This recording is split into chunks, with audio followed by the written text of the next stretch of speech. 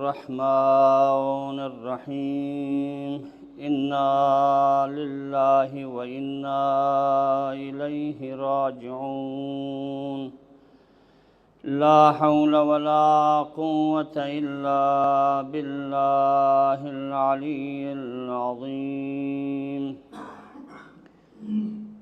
الحمد للہ رب العالمین والعاقبۃ للمتقین والنار للعاصین والصلاة والسلام علی اشرف الانبیاء والمرسلین خاتم النبیین جد الحسن والحسین ابا القاسم محمد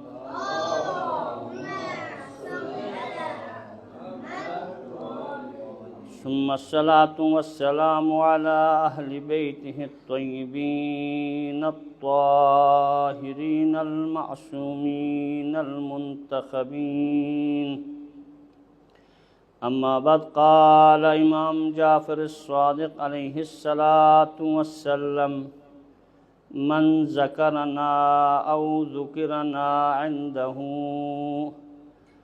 فخرج من عینه دموع مثل جناح بعوضة غفر اللہ له ذنوبه ولو كانت مثل زبد البحر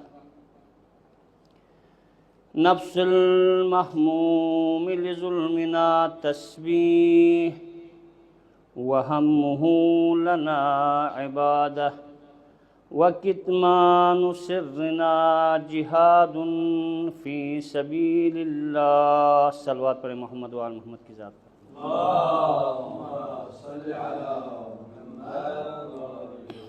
عظم اللہ اجورنا و اجورکم ایام محرم الحرام کی 11ویں تاریخ اللہ تعالیٰ آپ تمام مومنین علماء کی عزاداری کو اپنی بارگاہ میں قبول فرما۔ مختصر گفتگو کر کے آپ کی زحمات کو تمام کرنے کی کوشش کروں گا۔ آج عنوان ہے گریہ امام حسین علیہ السلام۔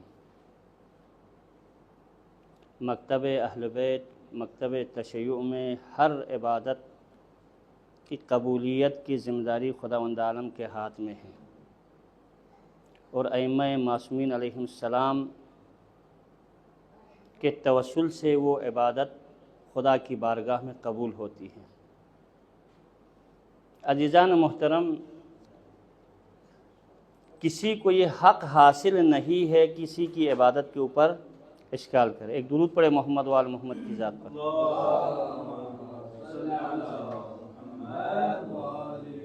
بعد دیگر صلوات۔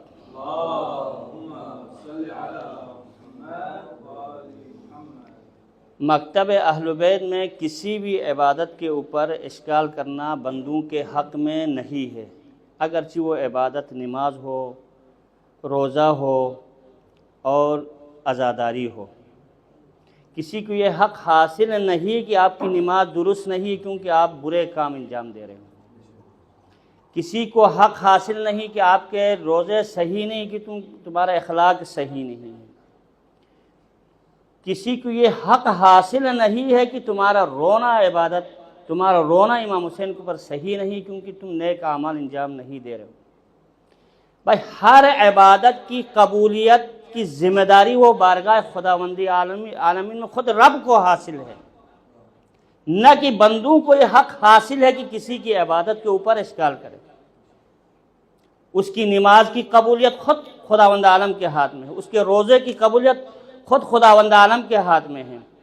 اور اسی طرح گریہ امام حسین ایک عبادت ہے، ایک سنت رسول ہے، سنت ائمہ معصومین علیہ السلام ہے، سنت مؤمنین ہے۔ اگر کوئی یہ سنت انجام دیتا ہے تو کسی کو حق حاصل نہیں کہ تمہاری عبادت درست نہیں ہے، تمہاری عبادت صحیح نہیں ہے۔ ہزارہا احادیث بیان ہوئی ہے، خود رسول اللہ سے لے کر تمام ائمہ معصومین علیہم السلام نے اس عبادت کو، اس گریہ امام حسین کو انجام دینے کے لیے تاکید کی ہے۔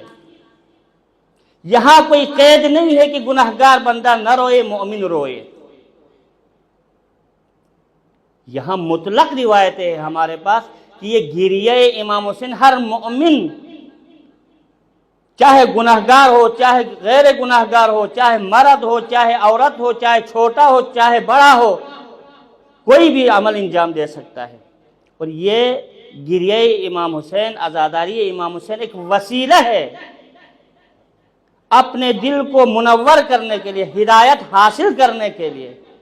یہ ایک آلہ ہے، یہ ایک ہتھیار ہے جس کے ذریعے ہر مرد، مومن، مومنات اس کے ذریعے راہ ہدایت حاصل کرتے ہیں۔ امام جعفر صادق علیہ السلام ارشاد فرماتے ہیں، من ذکرنا، کوئی ہماری یاد کرے، ہمارا تذکرہ کرے، او ذکرنا عندہ، یا دوسروں کے پاس ہمارا تذکرہ کرے،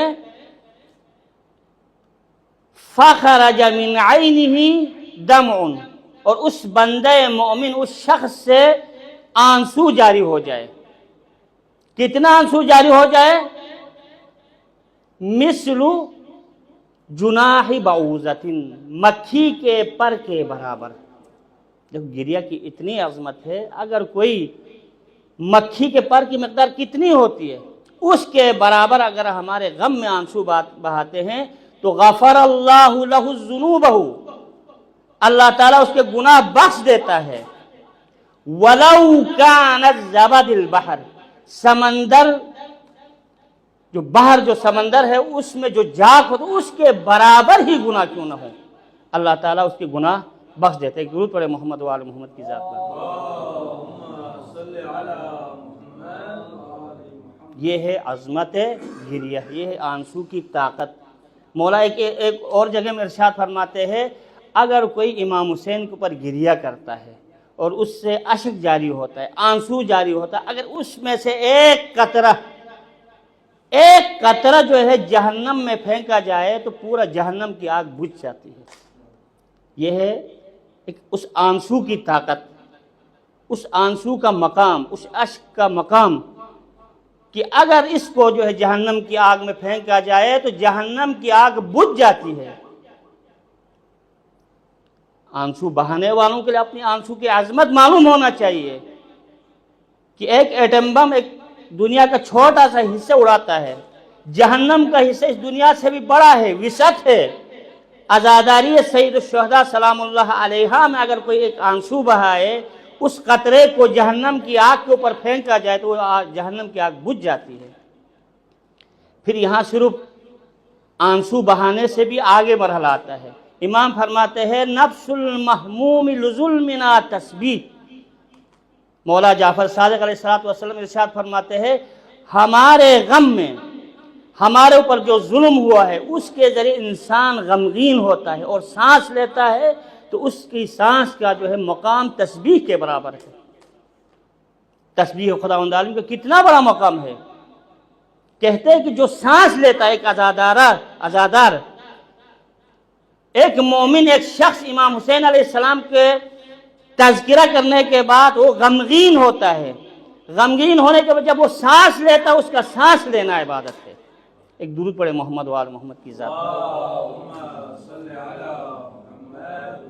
ایک عزادار کی سانس تسبیح کے برابر، ایک عزادار مومن کا ایک قطرے کی طاقت اتنی کہ جہنم کی آگ بجھا دیتی ہے۔ پھر آگے فرماتے ہیں، وَهَمُّهُ لَنَا عِبَادَةٌ، اور ہمارے غم منانا عبادت ہے۔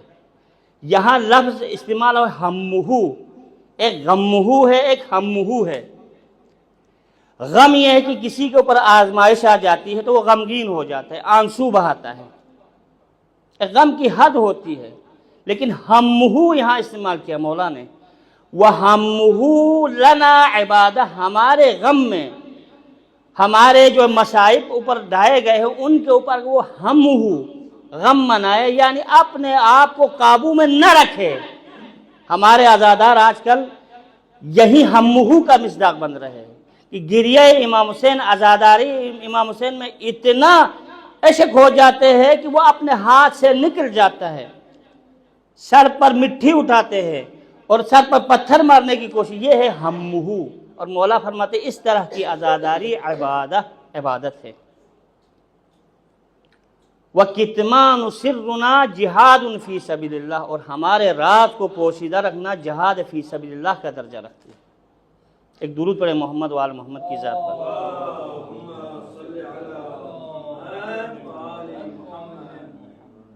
امام راوی روایت کرتا ہے کہ امام نے یہ حدیث فرمانے کے بعد ارشاد فرماتا ہے کہ اس حدیث کو سونے سے لکھ دے دو۔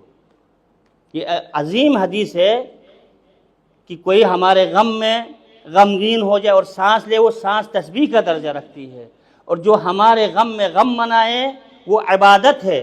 اس حدیث کو سونے سے لکھ دو۔ پھر اس کے بعد خود مولا گریہ فرماتے ہیں امام حسین کے غم میں، گریہ فرمانے کے بعد دوسرے جو اصحاب بیٹھے ہیں وہ بھی گریہ فرماتے ہیں۔ پھر فرماتے ہیں فمن بکا علی الحسین، اگر کوئی امام حسین کے اوپر گریہ کرتا ہے، یحط الذنوب العظام، اللہ تعالیٰ اس کے بڑے گناہ معاف کر دیتا ہے۔ یعنی یہاں بڑے گناہ سمجھو وہی گناہان کبیرہ۔ ایک مومن اپنی دنیاوی اس سے سہون جو ہے اس سے عبادتیں چھوٹ جاتی ہے، یہ گناہ کبیرہ ہے۔ آمدن چھوٹ جاتی ہے، یہ گناہان کبیرہ ہے۔ لیکن عزاداری پہ جب یہ حاضر ہوتا ہے، عزاداری کے فرض پہ جب یہ بیٹھ جاتا ہے، عزاداری کا فرض وہ سجاتا ہے اور اس میں آ کے ایک آنسو کا قطرہ نکالتے ہیں، تو اللہ تعالیٰ اس قطرے کے تو پھر اس غم حسین کے گریہ کے توسط سے اس کے تمام بڑے گناہ معاف کر دیتا ہے۔ یہ ہے گریہ امام حسین علیہ السلام، یہ ہے عظمت گریہ۔ کیوں نہ گریہ کرے؟ قرآن میں بھی ذکر ہے کہ اس غم کے اوپر آسمان بھی رویا ہے اور زمین بھی روئی ہے۔ کہتے ہیں واقعہ کربلا ہونے کے بعد مقتل کی کتابوں میں ہے کہ 6 مہینہ، بعض کہتے ہیں یوم عاشوراء، جس دن امام شہید ہو گئے، آسمان سے سرخ مٹی برسنے لگی۔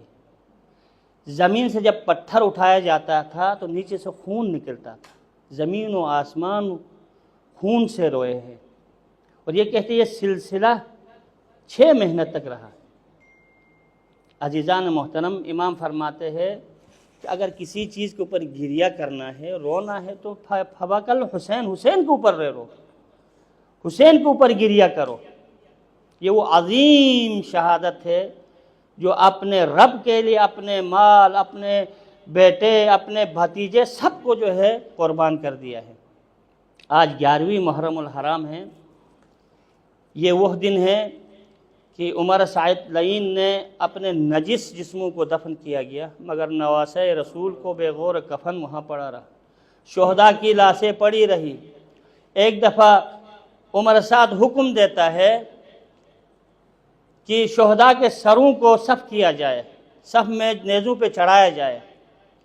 کہتے ہیں کہ ایک دفعہ جب سر گینے گئے تو ایک سر کم نظر آ گیا، کہا ایک سر کم آیا۔ ایک لعین کہتا ہے کہ میں نے امام حسین کو ایک لاشا، چھوٹا سا لاشا اٹھاتے ہوئے دیکھا کہ وہ مخیم کے پیچھے جا رہے تھے، لیکن واپسی میں خالی ہاتھ نظر آیا۔ عمر سعد لعین نے حکم دیا، 4000 لشکر کو حکم دیا کہ اپنے نیزوں کے ذریعے اس لاش کو تلاش کیا جائے۔ عزیزان محترم، ان ملاعین نے، ان ملعونوں نے میدان کربلا میں اپنے نیزے گاڑے گئے کہ کمسن بچے کا لاش تلاش کیا جائے۔ اتنے میں یہ منظر حضرت سکینہ سلام اللہ علیہا دیکھ رہی تھی کہ کیا دیکھا، ایک دفعہ ایک ملعون اپنا نیزے کو زمین میں گاڑتا ہے، پھر اٹھاتا ہے تو کیا دیکھتی ہے، ایک ننھا سا لاشا علی اصغر نظر آتا ہے۔ فوراً کہتی ہے، حضرت سکینہ فرماتی، پھوپھی اماں بیا زین العابدین، دیکھو کیا منظر سامنے دکھ رہا ہے کہ کربلا کے میدان میں کوئی بھی شہید ایک دفعہ شہید ہو چکا ہے، ایک دفعہ ذبح ہو چکا ہے، مگر میرا بھیا علی اصغر کربلا کے میدان میں 2 دفعہ شہید ہو چکا ہے۔ ایک دفعہ حرملہ کے تیر سے شہید ہو چکا ہے، دوسری مرتبہ ملعون کے نیزے سے شہید ہو چکا ہے۔ عزیزان محترم، جب یہ ملعون حکم دیتا ہے کہ اسیران اہل بیت کو سوار کیا جائے۔ یہی کہنا تھا۔ حضرت زینب سلام اللہ علیہا محمل کے سامنے آتی ہے، اونٹ کے سامنے آتی ہے، ایک دفعہ نہر فرات کی طرف دیکھتی ہے، کہتی ہے عباس بھیا عباس آپ کہاں گئے؟ ایک دفعہ میدان کربلا کی طرف نظر دوڑاتی ہے، کہتی ہے ہائے حسینہ میرا بھیا حسین آپ کہاں گئے؟ ایک دفعہ نظر کرتی ہے، کہتی ہے بیٹا علی اکبر کہاں ہے؟ بیٹا علی اصغر کہاں ہے؟ آج زینب اکیلی ہوں، سوار کرنے والا کوئی نہیں ہے۔ وہ مصیبتہ کی آوازیں بلند ہوتی ہے۔ ایک دفعہ نجف اشرف کی طرف رخ کر کے فرماتی ہے ہوا بتا ہوا علیہ، آپ کی عصمت، آپ کے خواہران، آپ کے اسیران کو کس طرف سوار کیا جاتا ہے؟ ہاتھوں میں زنجیر، پیروں میں پاؤں میں بیڑیا، بیزین و محمل کے سوار کیا جاتا ہے۔ اتنا میں حرملہ عمر سعد ملعون حکم دیتا ہے ان کو گنج شہیدان سے گزارا جائے۔ ایک دفعہ حضرت زینب سلام اللہ علیہا اپنے بھیا حسین علیہ السلام کی لاش مطہر کی طرف نظر کرتی ہے، بغیر سر امام کا لاشا کو دیکھتی ہے، اپنے آپ کو گرا دیتی ہے، فرماتی ہے واہ حسینہ واہ حسینہ، اور امام حسین علیہ السلام کے لاش مطہر کی طرف طواف کرتی ہے۔ امام زین العابدین علیہ السلام فرماتے ہیں پھوپھی زینب، پھوپھی اماں یہ آپ کیا کر رہی ہے؟ زینب فرماتی ہے بیٹا میں دیکھ رہی ہوں بھیا حسین کے لاشے کو، کہیں ایسا جگہ ملے، سالم جگہ ملے جہاں میں الوداعی بوسہ کروں، مجھے کوئی جگہ نظر نہیں آتی ہے، زخموں سے چور ہے۔ الا لعنت اللہ علی القوم الظالمین وسيعلم الذین ینقلبون